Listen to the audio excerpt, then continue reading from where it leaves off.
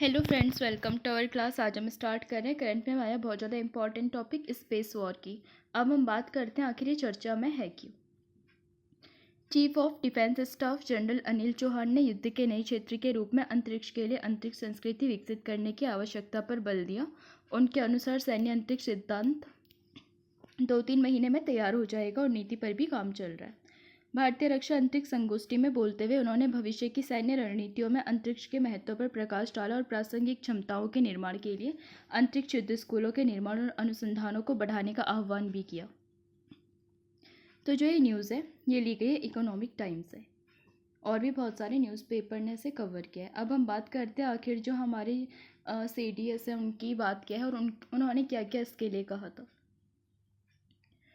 चौहान ने रक्षा क्षेत्र के लिए 52 उपग्रहों के समूह को सरकार की मंजूरी का भी उल्लेख किया, जिसमें से 31 उपग्रह निजी क्षेत्र के द्वारा निर्मित किए जाएंगे। उन्होंने कहा, हम भारतीय अंतरिक्ष अनुसंधान संगठन यानी कि इसरो और निजी क्षेत्र के साथ साझेदारी में खुफिया जानकारी, निगरानी और टोही उद्देश्यों के लिए 52 से ज़्यादा उपग्रहों को प्रक्षेपित करने जा रहे हैं।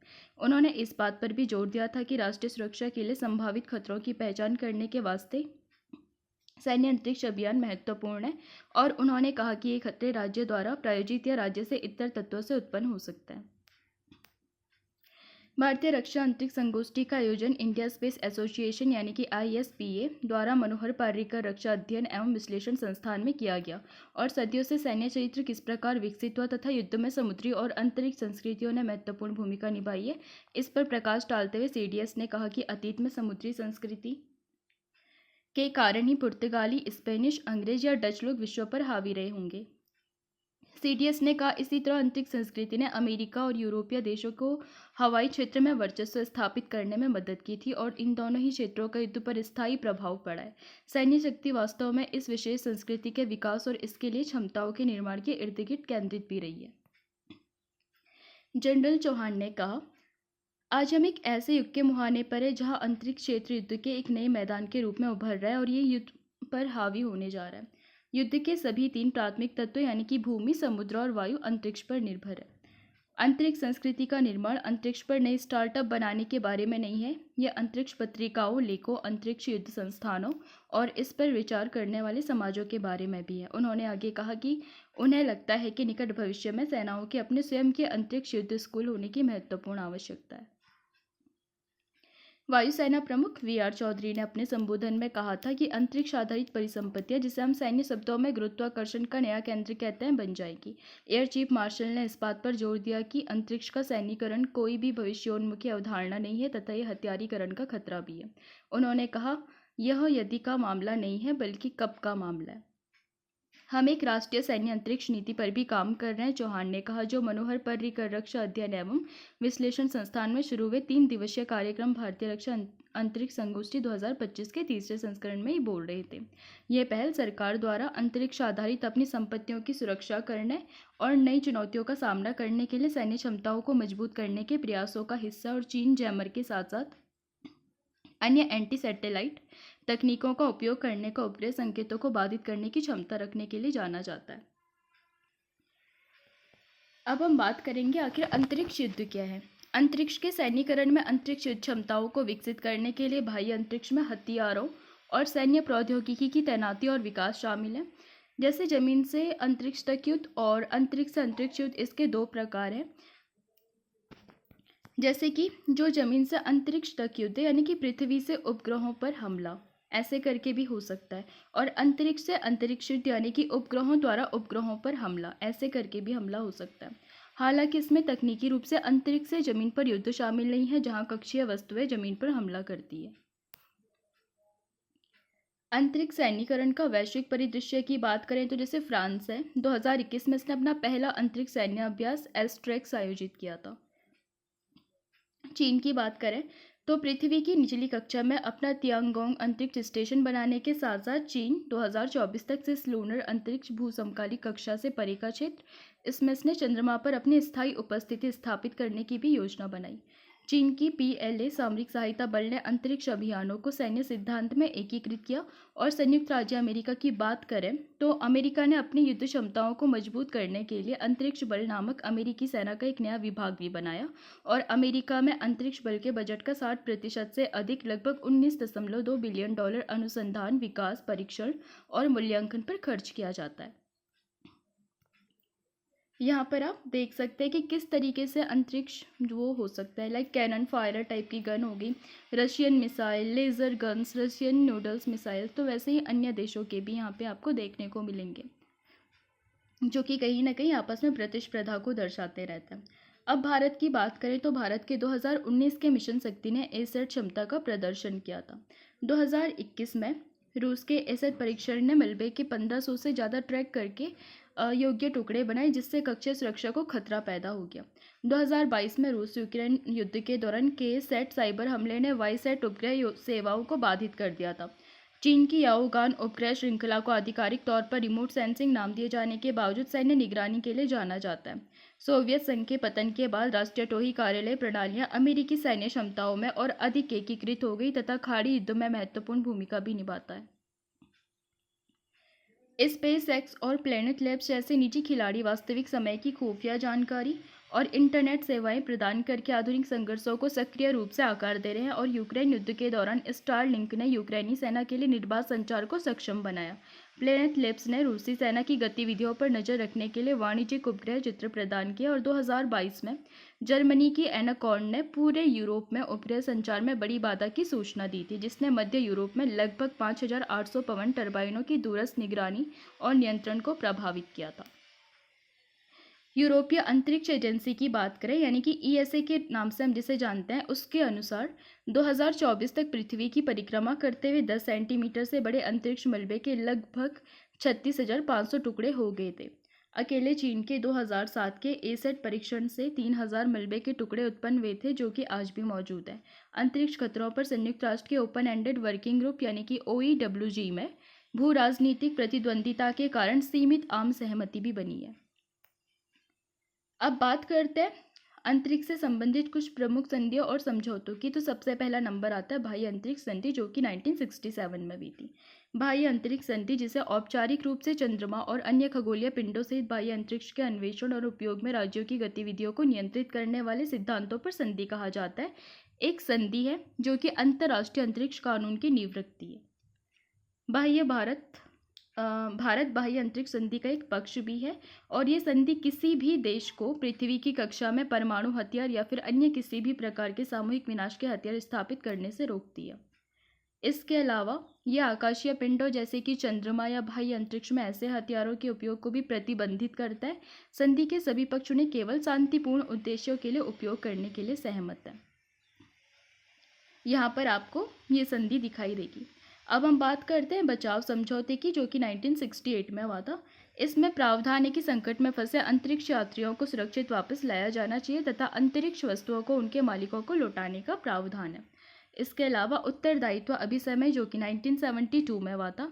इसमें प्रावधान है कि प्रक्षेपण करने वाला राज्य पृथ्वी की सतह पर अपनी अंतरिक्ष पिंडों या फिर वायुयानों के कारण हुई क्षति के लिए क्षतिपूर्ति देने के लिए पूर्णतया उत्तरदायी होगा तथा अंतरिक्ष में अपने दोषों के कारण हुई क्षति के लिए भी उत्तरदायी होगा। इसके बाद जरा बात करते हैं चंद्रमा समझौता, जो कि 1984 में हुआ था। तो चंद्रमा और अन्य खगोलीय पिंडों को मानव जाति की साझा विरासत घोषित करता है और उनके दोहन को प्रतिबंधित भी करता है। व्यापक रूप से अनुसमर्थित नहीं है ये।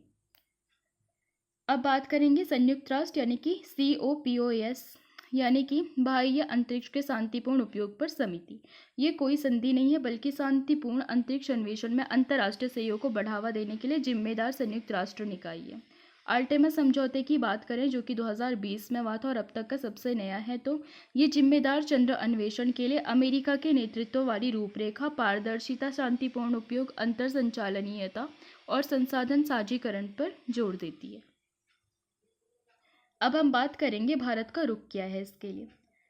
तो भारत में ऐतिहासिक रूप से अंतरिक्ष इसकी नागरिक अंतरिक्ष एजेंसी भारतीय अंतरिक्ष अनुसंधान संगठन इसरो का एकमात्र अधिकार क्षेत्र रहा है। भारत ने हमेशा अंतरिक्ष सुरक्षा के प्रति शांतिवादी दृष्टिकोण बनाए रखा, अंतरिक्ष के सशस्त्रीकरण और सैन्यीकरण का विरोध किया था।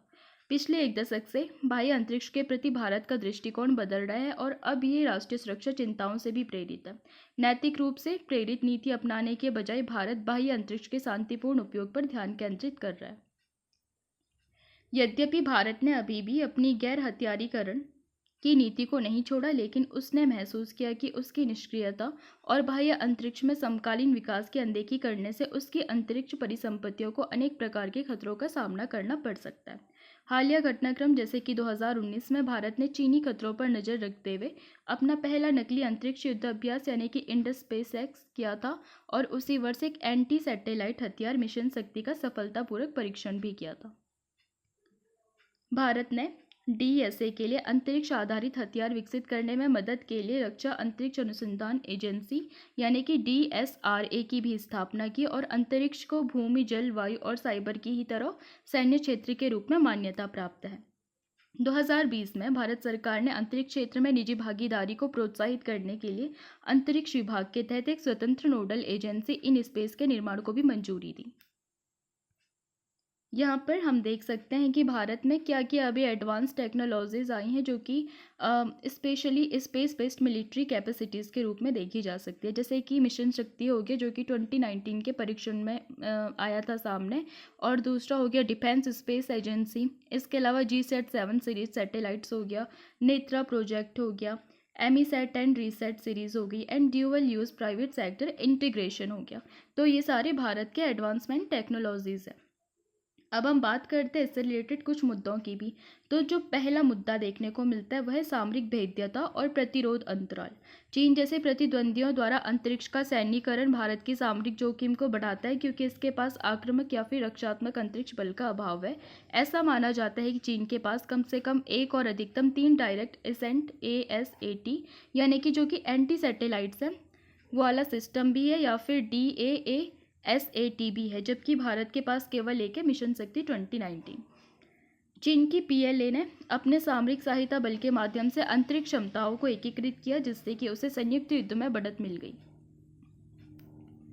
एक क्षेत्र जैसे साइबर या फिर स्थलीय में वृद्धि जल्द ही अंतरिक्ष में फैल सकती है। उदाहरण के लिए चीन के हाइपरसोनिक ग्लाइड वाहन जो कि 2021 ने प्रक्षेप पथ को छिपाने के लिए अंतरिक्ष का उपयोग किया था, जिससे कि मिसाइल और अंतरिक्ष खतरों के बीच की रेखा धुंधली हो गई थी।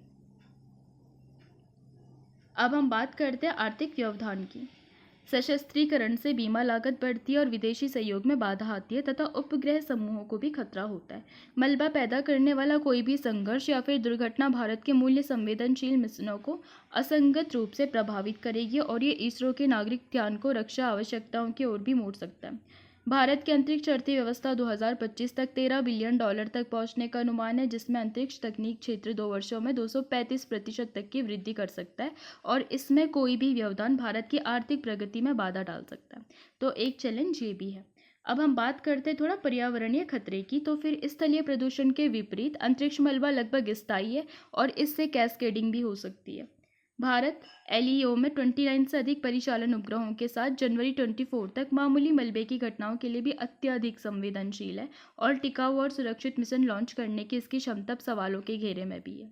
एक हालिया रिपोर्ट के अनुसार इसरो को अपने उपग्रह को अंतरिक्ष मलबे से होने वाले नुकसान से बचाने के लिए 2023 में 23 टकराव निवारण युद्धाभ्यास यानी कि CAM करने होंगे, जो कि इस मुद्दे की गंभीरता को उजागर करता है।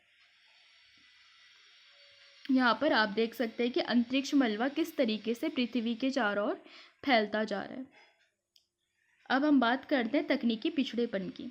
भारत अंतरिक्ष आधारित लेजर जैमिंग रोधी उपग्रह या फिर AI संचालित SSA जैसी अत्याधुनिक काउंटर स्पेस प्रणालियों को विकसित करने में पीछे है। इसरो का वर्तमान वार्षिक बजट लगभग $1.6 बिलियन है, जो कि अन्य प्रमुख अंतरिक्ष एजेंसियों की तुलना में काफ़ी कम है।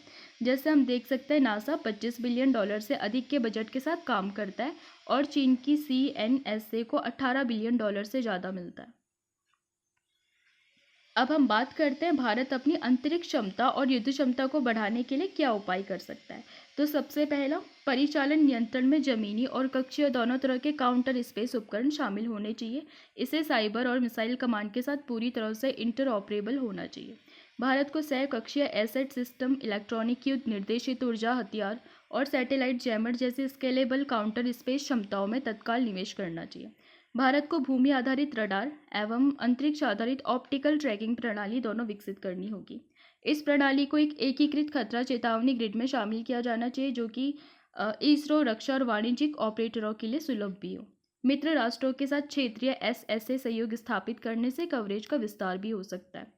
भारत को लाल रेखाओं, निवारक मुद्रा, वृद्धि की सीमाओं और संलग्नता के नियमों को परिभाषित करने के लिए एक स्पष्ट, सार्वजनिक रूप से व्यक्त अंतरिक्ष सुरक्षा सिद्धांत तैयार करना चाहिए और ये भारत अंतरिक्ष नीति यानी कि 2023 का पूरक हो सकता है।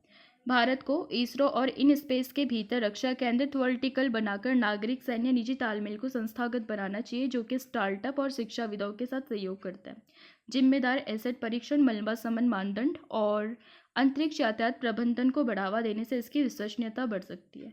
इससे भारत को अमेरिका चीन प्रतिद्वंद्विता में एक संतुलनकर्ता के रूप में स्थान मिलेगा और मध्यम शक्तियों के साथ रणनीतिक सहयोग का मार्ग भी खुलेगा।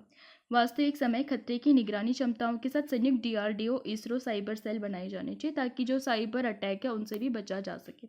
तो मुझे लगता है कि आज के लिए काफ़ी है। आप समझ गए होंगे कि स्पेस वॉर कैसे करके चल रही है एंड कैसे कैसे करके इंडिया का रुख है और बाकी कंट्रियों में क्या क्या चल रहा है।